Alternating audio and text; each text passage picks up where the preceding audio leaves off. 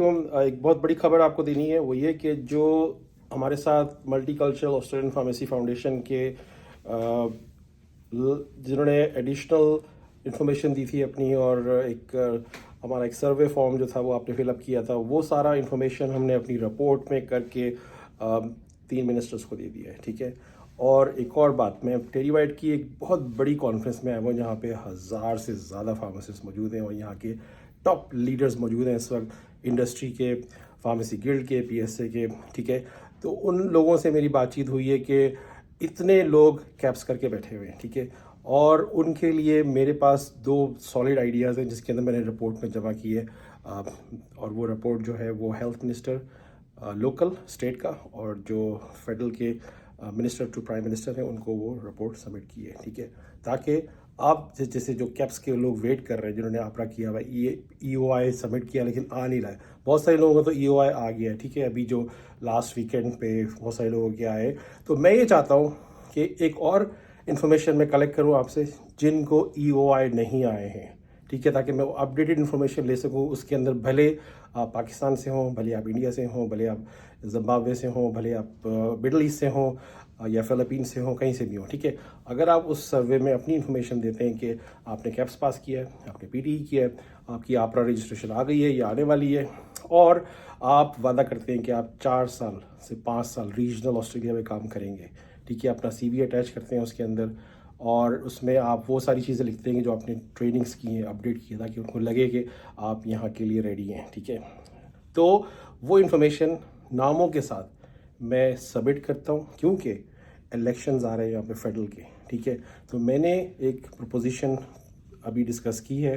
اس کے اندر ہم یہ کہہ رہے ہیں کہ وہ فارماسسٹ سارے کے سارے جو میرے نیٹ ورک میں ہیں اوورسیز کے، وہ اگر ایک انفارمیشن کے طور پہ میں ان کو سبمٹ کروں کہ لیٹس سے کہ 100 لوگ ہیں، اور یہ سارے جو ہیں they are ready to work 4 years at least or 5 years in regional part of Australia in community pharmacy. So there may be a chance کہ الیکشن کی کیمپین کی وجہ سے وہ شاید اس کو اپروو کر دیں. تو ہو سکتا ہے جن کو ای او آئی نہیں آئے ہیں، let's say we are talking about those who are just waiting. ٹھیک ہے. ان کے لیے یہ بات ہو رہی ہے.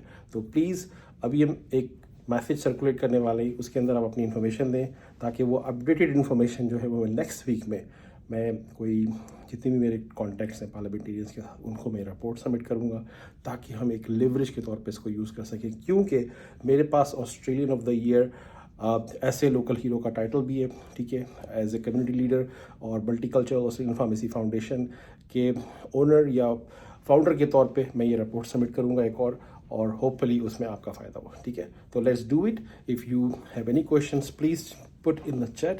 We will discuss it further and share with those who are still waiting. ٹھیک ہے.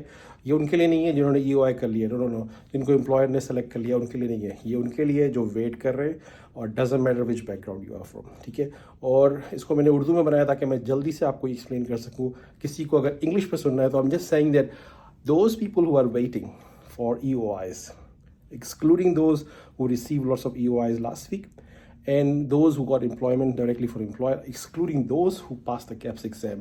If you want to participate in this small information that I'm collecting to submit a report, another report, further report, so we can say to government or maybe a minister, local minister here, that look, they are pharmacists from overseas and they're happy to work in regional areas, to work in community pharmacy. Please give them some exceptional support to grant them the visa. Okay. All right. Thank you. You take care.